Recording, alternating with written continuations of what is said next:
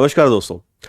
MP police constable की परीक्षा अगर आप देने वाले हैं तो आज का ये वीडियो आपके लिए बहुत ज्यादा जरूरी है, क्योंकि बहुत सारे ऐसे पॉइंट्स हैं, बहुत सारी ऐसी छोटी छोटी चीजें हैं जो आपको ध्यान रखनी है।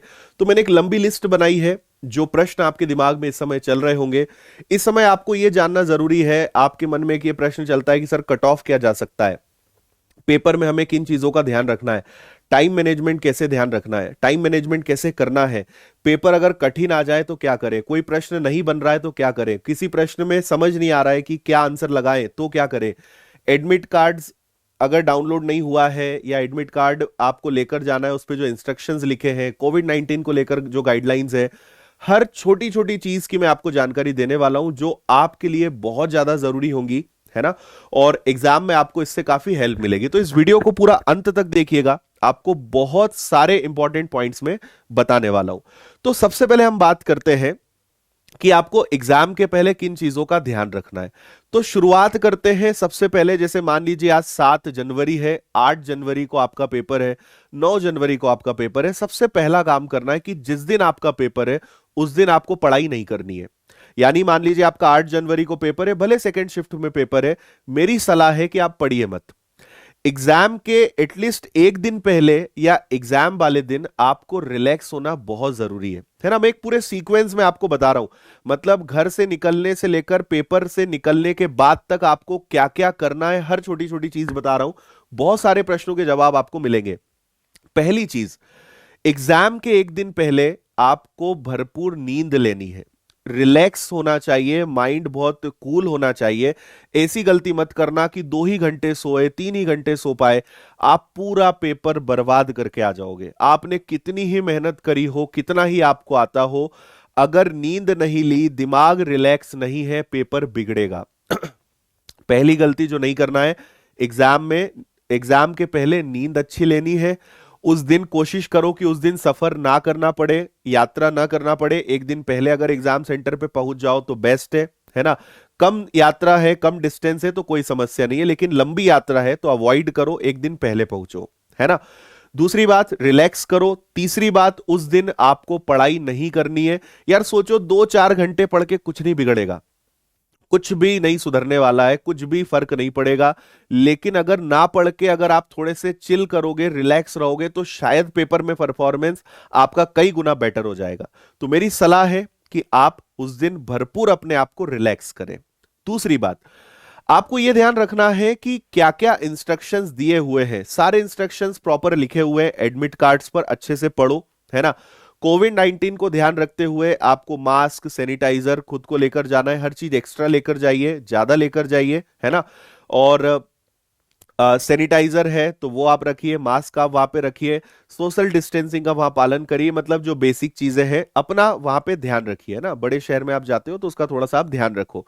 दूसरी बात, एडमिट कार्ड्स पे सब कुछ लिखा हुआ है कि आपको कितने फोटोग्राफ्स लाना है, तो आप अगर वो पढ़ लोगे तो सारी चीजें रहेंगी। अपने डॉक्यूमेंट्स आपको क्या क्या लेकर जाना है, फोटो आईडी प्रूफ है, कोशिश करें ओरिजिनल डॉक्यूमेंट लेकर जाए, कोशिश करें कि किसी प्रकार की रिस्क ना ले, है ना।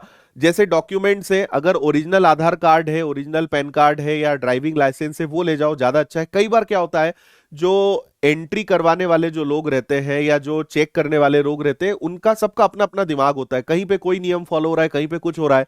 कई बार वो बोलेंगे नहीं ओरिजिनल ही चाहिए हमें, तो बिना उसके आपको अंदर नहीं जाने देंगे। कभी कभी एक्सेप्ट कर भी लेते, कभी या तो फोटोकॉपी से काम चला ले, नहीं तो ओरिजिनल भी होना।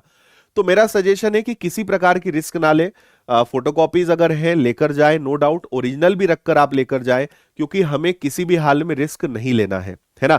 एग्जाम सेंटर पर भी पहुंचना है, कोशिश करिए कि पहले से पता लगा के रखें कहां एग्जाम सेंटर है। ऐसा ना हो कि सुबह भटक रहे हो, घूम रहे हो, ढूंढ रहे हो कहां एग्जाम है, 1 मिनट भी लेट हो गए और अगर एंट्री नहीं दी तो अपनी पूरी मेहनत बेकार चली जाएगी। बड़ा दुख होगा उस समय जब पेपर देने का मौका ही नहीं मिलेगा। इसलिए रिस्क मत लेना, पहले से पता करके रखो एग्जाम सेंटर कहाँ है, कोशिश करो देखकर आ जाओ कहाँ है, ताकि सुबह कोई दिक्कत ना आए। ऑटो या वहां जाने की जो सुविधाएं हैं, हर चीज पहले से पता करके रखो, रिस्क नहीं लेना। ऐसे मत सोचना ठीक है सब हो जाएगा, कभी कभी ये हो जाएगा बड़ा भारी पड़ जाता है, मतलब करियर पे बात आ जाएगी। 2017 के बाद बड़ी मुश्किल से बड़ी ही कठिन परिस्थितियों में पेपर हो रहा है, और अगली बार आपको ये मौका कब मिले कुछ नहीं कहा जा सकता। इसलिए रिस्क मत लीजिएगा, पहले से सब पता लगाइएगा, इंस्ट्रक्शंस प्रॉपर पढ़िए, फोटोग्राफ्स, आईडीज, कोविड-19 को ध्यान रखते हुए जो N95 मास्क है, सैनिटाइजर्स हैं, फोटो चिपकाने के लिए फेविस्टिक ले जाओ, एक्स्ट्रा पेन, रबर, पेंसिल, जो जो चीजें हैं सब लेकर जाओ, कोई समस्या नहीं है। अगर बाय चांस एंट्री नहीं देंगे तो ये सस्ती चीजें हैं बाहर रख देना, कोई समस्या नहीं है। महंगी चीजें मत लेकर जाना, दो दो तीन तीन मोबाइल्स लेकर जा रहे हो, है ना, ज्वेलरीज पहन कर जा रहे हो, तो अवॉइड करो इन चीजों को, सब बाहर रखवा दिया जाता है, मतलब कुछ भी हो सकता है। तो बेटर है कि हम ऐसी चीजों में किसी भी प्रकार से रिस्क ना लें। तो ये तो एक बात हो गई। अब अगला सवाल उठता है, एग्जाम हॉल में एंट्री करने के बाद कई लोगों का ये लाइफ का पहला एग्जाम हो सकता है, कई लोग अपनी लाइफ में पहला ऑनलाइन एग्जाम दे रहे होंगे। सबसे जरूरी चीज है घबराना नहीं है ना। आराम से सारा फंक्शन समझिए, वहां पे क्या क्या चीजें हैं क्या नहीं है। रिलैक्स रहना आपके लिए बहुत ज्यादा जरूरी है, क्योंकि आपके साथ पता है क्या होगा, आप जब एग्जाम में जब एंट्री कर रहे होंगे, जब आपका एग्जाम स्टार्ट होना होगा, हार्ट बीट बड़ी तेज होगी, अंदर से बड़ी एक घबराहट होगी, है ना। और इन घबराहट का सबसे बड़ा कारण पता है क्या है? आपको यह टेंशन नहीं है कि पेपर कठिन आएगा आसान आएगा क्या होगा, आपको टेंशन इस बात का है अभी भी कि मेरा सिलेक्शन नहीं हुआ तो क्या होगा, है ना। हम इतने ज्यादा नकारात्मक पहले से सोचते हैं कि उनका हमारी हर चीज पे असर पड़ने लगता है। मैं दावे के साथ बोल रहा हूं, जिनका पेपर कल है या जिनका पेपर जस्ट अगले दिन है, एक दिन पहले उनका मन ही नहीं लगेगा पढ़ने में, बस एक ही घबराहट होगी, पेपर कैसा आएगा, कठिन तो नहीं आएगा, मेरा नहीं हुआ तो क्या होगा, वो क्या कहेगा, घर वाले क्या कहेंगे। यार मत सोचो, मैं उसका भी इलाज बता रहा हूं कि अगर ऐसे थॉट आपके दिमाग में आ रहे हैं तो उसका क्या इलाज है। लेकिन आप एक बात समझिए कि ऐसा सोचने से आप अपना ही और नुकसान कर बैठोगे, इससे फायदा कुछ नहीं होगा, लेकिन अपना और नुकसान ही कर दोगे। जहां आपका परफॉर्मेंस 80 होना था, आपका परफॉर्मेंस इन सोच के कारण, नकारात्मकता के कारण, वो परफॉर्मेंस 70 पे आ जाएगा। और आपको पता है कि एक एक अंक जो है हमारे लिए परीक्षा में इंपॉर्टेंट है। तो भगवान के लिए घबराइए नहीं, है ना। एक ही चीज ध्यान रखिए कि जो होगा देखा जाएगा यार। देखो, लाइफ बहुत बड़ी है, अपॉर्चुनिटीज बहुत ज्यादा आएंगी, और जो भी होगा अच्छे के लिए ही होगा। जब भी मैं एग्जाम देने जाता था, जब भी मैं कोई भी इंटरव्यू देने जाता था, मैंने अपने हर विद्यार्थियों को ऐप पर बताया है, आज आपको भी बता रहा हूं। मैंने 11-12 सिलेक्शंस लिए हैं, उन सब के पीछे पता है एक ही चीज थी कि अपने आप को बड़ा बैलेंस रखा हमेशा। परीक्षा के पहले, परीक्षा के समय, परीक्षा के बाद, इंटरव्यू के समय अपने आप को बैलेंस रखो। खुद से एक ही बात कहो कि जो होगा देखा जाएगा, जो बेहतर से बेहतर कर सकते हैं और जितना अच्छा बन सकता है करेंगे। कई लोग इसी के टेंशन में कि सर मेरे मेरे दोस्त के 85-90 नंबर आ रहे हैं, मेरे तो अभी 70 भी नहीं आ रहे। यार देखो, कौन कौन से टेस्ट लगा रहा है, किसका क्या लेवल है, कौन कब से पढ़ाई कर रहा है, क्या कट ऑफ जाएगा, एक्चुअल एग्जाम में क्या परफॉर्मेंस आएगा। आप ये ऐसे नहीं सोच सकते हो कि अगर 90 नंबर आ रहे हैं तो पेपर में भी 90 आ ही जाएंगे, या आपके 70 आ रहे हैं तो पेपर में आपके 70 ही आएंगे। कुछ भी हो सकता है ना। पेपर आपका हो सकता है कि आप मॉक टेस्ट लगा रहे हो तो आपके पेपर में मार्क्स कम आ रहे हो, लेकिन जब रियल पेपर दो तो आपका 70 से वो 80 हो जाए। जिसके 90-95 आ रहे हो सकता है वो 85 पे आ जाए। तो ऐसा कुछ भी टेंशन मत लो कि यार मेरे दोस्त के साथ ऐसा हो रहा है, मेरे साथ ऐसा क्यों नहीं हो रहा है ना। अब ये समय है, जिनका एग्जाम अभी है, भाई मैं जो बात कर रहा हूं ये जिनका परीक्षा फरवरी में है, जनवरी आखिरी में, उनके लिए तो अभी कोई मतलब ही नहीं है, उनको तो अभी पढ़ते रहना है। जिनकी एग्जाम आने वाले 4-6 दिनों में है, मैं उनकी बात कर रहा हूं कि आपको घबराना नहीं है। जो बेहतरीन हो सकता था, जो बेहतर हो सकता था वो आपने किया। आपने बहुत ईमानदारी से मेहनत करी, आपने बहुत ताकत अपनी लगाई है, और विश्वास करिए फल जरूर मिलेगा। ईमानदारी से मेहनत करी है, फल 100% मिलेगा और अच्छा ही होगा। क्यों बुरा सोचना, क्यों नेगेटिव सोचना। देखो, मेरा एक मानना है कि अगर हम नेगेटिव सोचते हैं ना तो हमें नेगेटिव जरूर मिलता है। अगर पॉजिटिव सोचते हैं तो भले पॉजिटिव ना मिले लेकिन नेगेटिव नहीं मिलेगा। लेकिन नेगेटिव सोचने से नेगेटिव जरूर मिलता है और उससे हम बहुत अपना नुकसान कर जाते हैं। तो भगवान के लिए मत करो ऐसा कुछ, सब ऊपर वाले पे छोड़ दो, सब जाने दो कि यार अब तो जो हो सकता है, जो बेहतरीन हो सकता है वो करेंगे। एक सवाल आपके मन में आता है कि सर पेपर कठिन आ गया तो क्या करेंगे, है ना, या पेपर में ऐसा कुछ हो गया कि ये तो हमने पढ़ा ही नहीं, सर आपने भी नहीं पढ़ाया ऐसा तो, और ऐसा आ गया। मुझे एक बात बताओ, अगर पेपर कठिन आया सबके लिए कठिन होगा, आप अकेले के लिए कठिन नहीं होगा। अगर ऐसे प्रश्न आ गए कि यार हालत खराब कर दी, आप बहुत पढ़ने लिखने वाले थे, आपसे सब चीजें अच्छी बन रही थी लेकिन बनी नहीं रही है, तो याद रखना पेपर कठिन है, सबके लिए कठिन होगा। पेपर कठिन होगा, कट ऑफ नीचे जाएगा, तो आपको घबराना नहीं है। जो आपके साथ होगा वो यार सबके साथ होगा, है ना। तो चिंता नहीं करनी है, जस्ट रिलैक्स रहना है। अगली एक और बहुत इंपॉर्टेंट बात मैं आपको बताता हूं। कई बार परीक्षा में क्या होता है कि शुरुआत में प्रश्न कठिन होते हैं और आखिरी में आसान होते हैं। मतलब इनको मैं बोलता हूं speed breakers. Generally paper set करने वाले कभी कभी क्या करते हैं कि शुरुआत में खतरनाक खतरनाक सवाल दे देते हैं ताकि बच्चे का कॉन्फिडेंस गिरे, वो वहीं पे बहक जाए, वो वहीं पे उसके पसीने छूट जाए, और पता चल रहा है 4-6 सवाल के बाद एकदम लड्डू सवाल थे। तो मेरी सलाह है, हमेशा पेपर में आप टारगेट रखें कि आपको 1 से लेकर 100 तक हर हाल में पहुंचना है। आपको प्रश्न क्रमांक 1 से लेकर 100 तक हर हाल में पहुंचना है। भले इस बीच में आप 10-15 क्वेश्चन छोड़ दें। जहां ऐसा लग रहा है कि यार ये क्वेश्चन मुझसे नहीं होगा, ये क्वेश्चन बड़ा टफ लग रहा है, इस क्वेश्चन में पता नहीं क्या होगा, छोड़ दो, कोई समस्या नहीं, बाद में देख लेंगे। उसको लिख लेना, या उसमें मार्क फॉर रिव्यू भी ऑप्शन आता है, बाद में देख लेना। लेकिन एक टारगेट रखना कि अंत तक पहुंचना ही है, 100वें प्रश्न तक जाना ही है, फंसना नहीं है। नहीं बन रहा है, नहीं पता है, छोड़ देना, तुक्का मार देना, कोई समस्या नहीं, नेगेटिव मार्किंग है नहीं। लेकिन ध्यान रखना, केवल तुक्का मारने पे आप सिलेक्शन नहीं ले पाओगे। 2-4 सवाल में तुक्का मार दोगे चलेगा। आप ये सोचकर जाओगे कि नहीं बनेगा तो मैं तो सब में तुक्का मार दूंगा, आप 50% तुक्का लगा के आओगे और बहुत भारी ये गलती पड़ेगी, है ना। मैं बोलता हूं 4-6 सवाल में लगा दो यार, चलो चलता है, लेकिन पूरे पेपर में मत करके आना, बहुत बड़ी गलती साबित होगी है। जो अच्छा कर सकते हो, जो बन रहा है वही करो, बेवजह तुक्का नहीं मारना है। और जब कुछ ना बने तो फिर अलग ही बात है, फिर वो आपकी इच्छा है। लेकिन मेरा मानना है 4-6 सवाल से ज्यादा पे तुक्का मारना कोई आवश्यकता नहीं है। तो मैं आपसे बात कर रहा था कि स्पीड ब्रेकर्स को हमें झेलना है, समझना है। नहीं बन रहा है, आगे बढ़ना है ना, बाद में देख लेंगे। समय इतना पर्याप्त होता है, कोई बहुत कम समय नहीं है। बैंकिंग परीक्षाओं में 60 क्वेश्चन के लिए 1 घंटे मिलते हैं, यहां आपको 200 क्वेश्चन के लिए 2 घंटे मिल रहे हैं, है ना। और उन 60 क्वेश्चंस में भी मैथ्स और 60 बोल रहा हूं सॉरी, 100 क्वेश्चंस होते हैं। 100 क्वेश्चन के लिए बैंक की परीक्षाओं में 1 घंटा मिलता है। उन 100 क्वेश्चंस में से 70 क्वेश्चन मैथ्स और रीजनिंग के होते हैं। आप सोचिए, आपको 200 क्वेश्चंस के लिए 2 घंटे मिल रहे हैं, वहां उन बेचारों को 100 क्वेश्चंस के लिए जो है 1 घंटे, उसमें 70 क्वेश्चन आपके मैथ्स और रीजनिंग के होते हैं। तो आपको समय पर्याप्त मिल रहा है। अगली एक बहुत इंपॉर्टेंट चीज जिसका आपको ध्यान रखना है वो है टाइम मैनेजमेंट, है ना। इसका विशेष ध्यान रखना, टाइमर पे ध्यान रखना, अपना पहले से टारगेट बनाना कि यार इस सेक्शन पे इतनी देर देनी है, ज्यादा देर नहीं देनी है, किसी क्वेश्चन पे बहुत ज्यादा टाइम अपने को नहीं देना है। टाइम मैनेजमेंट का विशेष ध्यान रखना। पेपर देने के बाद बच्चे एक ही चीज निकलकर बोलते हैं, सर पेपर बड़ा आसान था, टाइम कम पड़ गया। टाइम कम नहीं पड़ा यार, हमने टाइम को मैनेज नहीं करा, हमने टाइम को मैनेज करने की प्लानिंग नहीं बनाई, है ना। और टाइम मैनेजमेंट कहां से बिगड़ता है मैं बताता हूं। टाइम मैनेजमेंट ऐसे बिगड़ता है कि कोई आसान सा प्रश्न था, पूरा भरोसा खुद पे कि मुझसे ये बन जाएगा, आप करे जा रहे हो, करे जा रहे हो, बार बार गलत हो रहा है। आपने एक प्रश्न में अगर 5 मिनट 10 मिनट खराब कर दिया तो आपसे बड़ा मूर्ख कोई नहीं होगा, है ना। अगर लग रहा है कि यार आसान है, गलत हो रहा है, छोड़ दो, मत टाइम खराब करो। 10 मिनट में एक सवाल करोगे, उसके बदले 10 दूसरे सवाल कर दोगे, यहां से टाइम मैनेजमेंट बिगड़ता है। और वो एक सवाल कर भी दोगे, उसका असर आप पे इतना पड़ेगा, अब आपको बड़ी चिंता होने लगेगी कि यार मैंने इसमें बहुत टाइम खराब कर दिया, मुझे नहीं करना चाहिए था।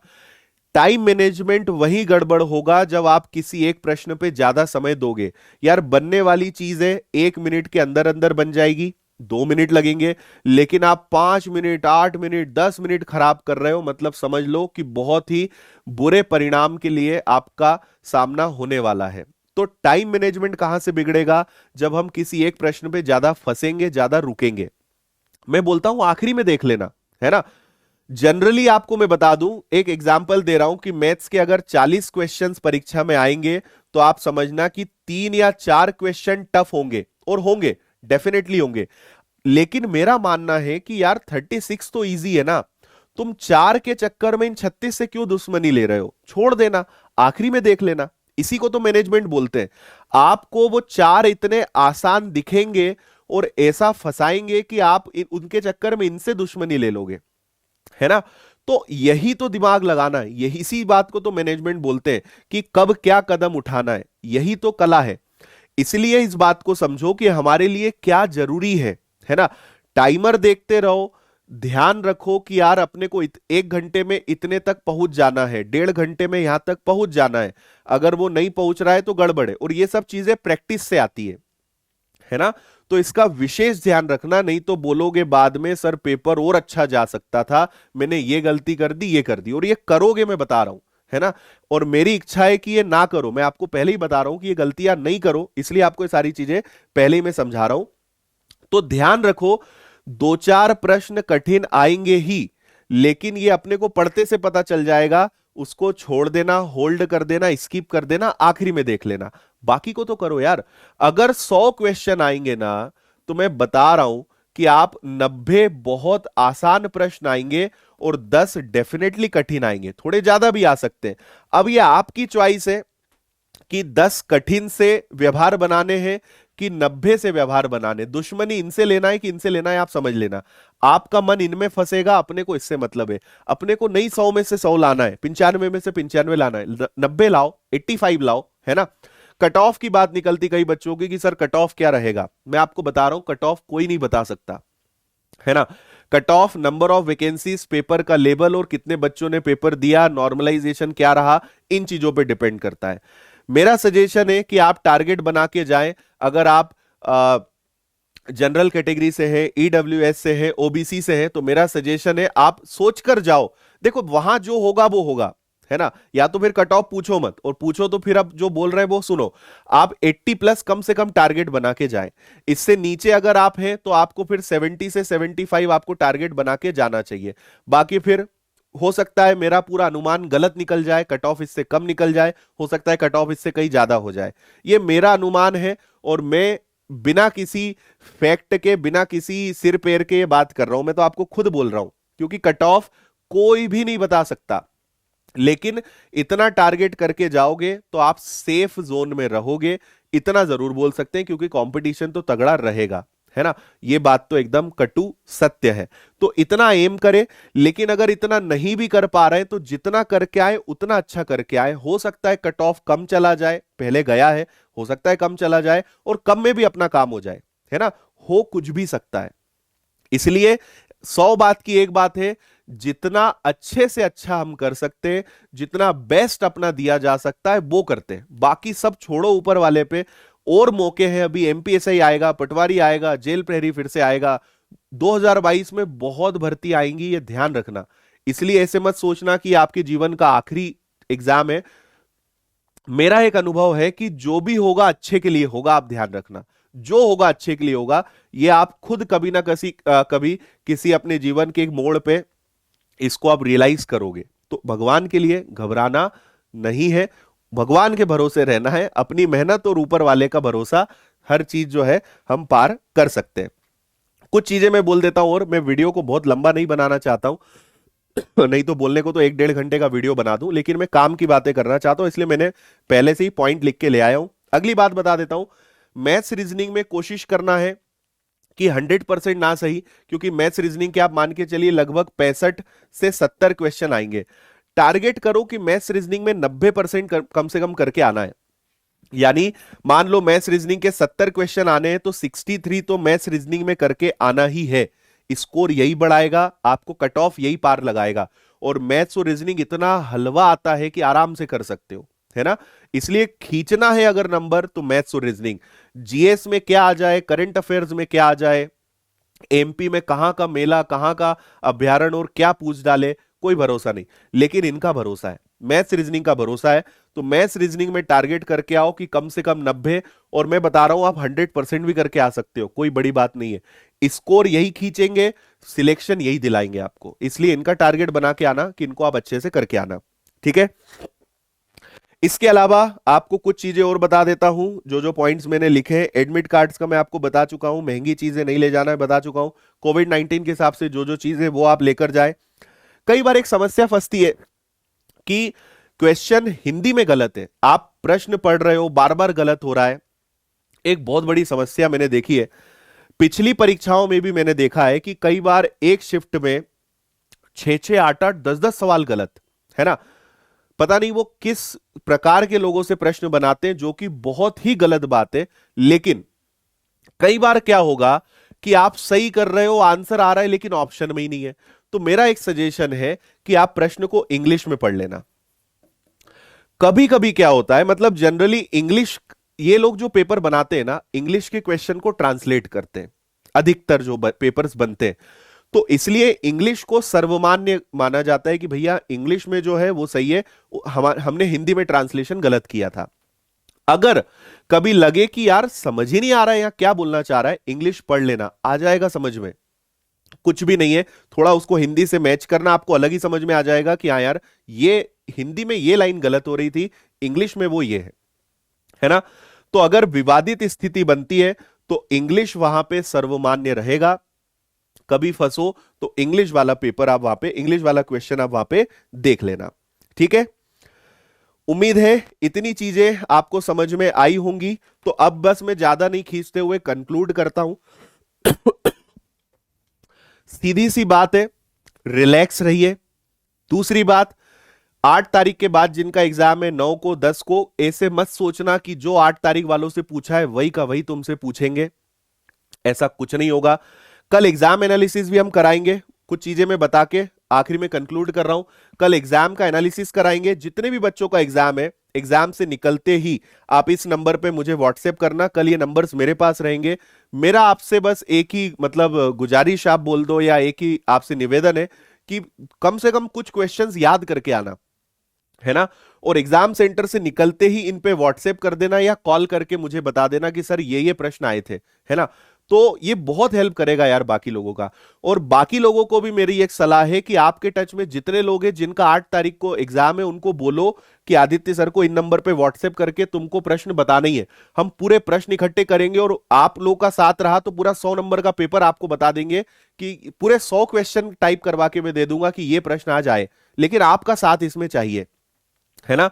तो जिनका पेपर है उनकी तो बहुत बड़ी जिम्मेदारी, और जिनका नहीं है वो दूसरों को बोलो 8 तारीख वालों को कि तुमको प्रश्न बताना है, या वो आपको बताए और आप मुझे इस नंबर पे व्हाट्सएप करना। कोशिश करेंगे पूरे 100 प्रश्न इकट्ठे करने की, और पूरा पेपर मैं आपको टाइप करवा के दे दूंगा। और कल हम लाइव एनालिसिस भी करवाएंगे यूट्यूब पर, है ना। संडे एक मैराथन क्लास है, उसके बारे में तो मैं आपको बता दूंगा। आज शाम को फिर से 6 बजे मॉक टेस्ट है, इसको जरूर अटेंड करें। आज ज्यादा से ज्यादा लोगों को इस मॉक टेस्ट में शामिल होना है। 6 से लगभग 9 सवा 9 तक ये चलता है, पूरे 100 नंबर का। ठीक है, तो आखिरी में बस मैं आपसे एक ही बात कहना चाहूंगा कि रिलैक्स रहना है, चिल करना है, मेहनत करी है फल जरूर मिलेगा, और घबराना नहीं है, पेपर में घबराना नहीं है। कभी कभी आपके कंप्यूटर में ऑनलाइन एग्जाम देते देते अचानक गड़बड़ी आ गई, आपका कंप्यूटर ही बंद हो गया, कुछ नहीं होगा, वो जहां बंद हुआ है वहीं से चालू होगा। आपने जितने आंसर लगाए थे वो लगे रहेंगे, कुछ भी नहीं बिगड़ता है ना। रफ शीट आपको वहां पे मिलेगी, आपको जरूरत पड़े तो और मांग लेना एक, और वो आपको दे देते हैं जनरली। बाहर रफ शीट आपको लाने नहीं देंगे, एडमिट कार्ड जरूर लाने देंगे, लेकिन ध्यान रखना एडमिट कार्ड पे कुछ क्वेश्चन है लिख के मत लाना, बिल्कुल गलती मत करना, है ना। कुछ भी लिख के मत लाना, क्योंकि ये भी इंस्ट्रक्शंस है कि अगर आप कुछ लिख के ले आए, पकड़ा गए, तो आपको रद्द किया जा सकता है एग्जाम, आपका कुछ भी हो सकता है। कुछ भी नकल ना करना, ना कुछ बाहर निकाल के लाना। एग्जाम भी याद करके आना है तो दिमाग में, पेपर में लिख के नहीं लाना, ये ध्यान रखना, है ना। बिल्कुल रिस्क नहीं लेना। पता चल रहा है पेपर अच्छा गया और अच्छाई के चक्कर में तुमने 4 प्रश्न एडमिट कार्ड पे लिख लाए, पकड़ा गए, वही पेपर रिजेक्ट कर देंगे, पेपर कैंसिल कर सकते हैं, व्यापम में परमानेंट आपको ब्लॉक कर सकते हैं। तो ऐसी कोई गलती आपको नहीं करनी, किसी भी प्रकार की रिस्क नहीं लेनी है। अच्छे बच्चे की तरह जाना है, अच्छे बच्चे की तरह निकलना है, ईमानदारी से पेपर देना है। जो होगा देखा जाएगा, जो होगा भले के लिए होगा, अच्छे के लिए होगा, और जितना बेस्ट कर सकते हैं करेंगे। पेपर वाले दिन पढ़ना नहीं है, रिलैक्स रहना है, नींद अच्छी लेना है, खाना अच्छा खाना है, और मस्त मजे से पेपर देना है। बस इतनी चीजों का ध्यान रखो। इसके अलावा अगर आपके और किसी प्रश्न का मैं जवाब नहीं दे पाया हूं तो इस वीडियो में कमेंट करो, शाम को फिर एक वीडियो आपके लिए और बना दूंगा और आपके प्रश्नों के जवाब में दे दूंगा। और कोई चीज अगर मैं नहीं बता पाया हूं तो वो भी आपको बताऊंगा, है ना। तो एक बार इसको एग्जाम के पहले और देख लीजिएगा, बाकी दोस्तों यारों के साथ इसको शेयर कर देना जिनकी परीक्षा है ना। एनालिसिस का विशेष रूप से उन लोगों को बता देना, आपकी भी जिम्मेदारी है प्रश्न इकट्ठे करवाने की और करने की। पुस्तक आप भेजिए। कल मैं कोई क्लास नहीं लेने वाला हूं, कल दिन भर एक ही काम है, क्या क्या प्रश्न आ रहे हैं, पूरा उन्हीं पे काम करेंगे और YouTube पे आपको वो चीजें पहुंचाएंगे। तो बस यही आपके साथ शेयर करना था। जितने भी बच्चों का एग्जाम है, आप सभी को ऑल द बेस्ट, बहुत सारी शुभकामनाएं आपके उज्जवल भविष्य के लिए। भगवान करे कि ये आपका पेपर 100% निकले और आप भी वर्दी पहने और एक मौका आए कि हम आपके साथ यहां साइड में खड़े हुए हों और पूरी दुनिया को आपकी सक्सेस की स्टोरी बताएं। बस यही सपना है कि आप मेरे बाजू में खड़े, है ना। सिलेक्शन लो, इंदौर आओ, स्वागत है आपका, और आप यहां मेरे बाजू में खड़ेंगे और पूरी लाखों लोगों की जो पब्लिक है हमारे साथ यूट्यूब पे जो लोग जुड़े हैं, उनको आपसे मिलवाएंगे और आप अपनी सक्सेस स्टोरी उन लोगों के साथ शेयर करें। तो पॉजिटिव सोचो, बड़ा सोचो, मस्त मजे से एग्जाम दो। बहुत सारी शुभकामनाएं, ऑल द बेस्ट, जय हिंद, वंदे मातरम। खुश रहिए, मुस्कुराते रहिए, मेहनत करते रहिए। Take care.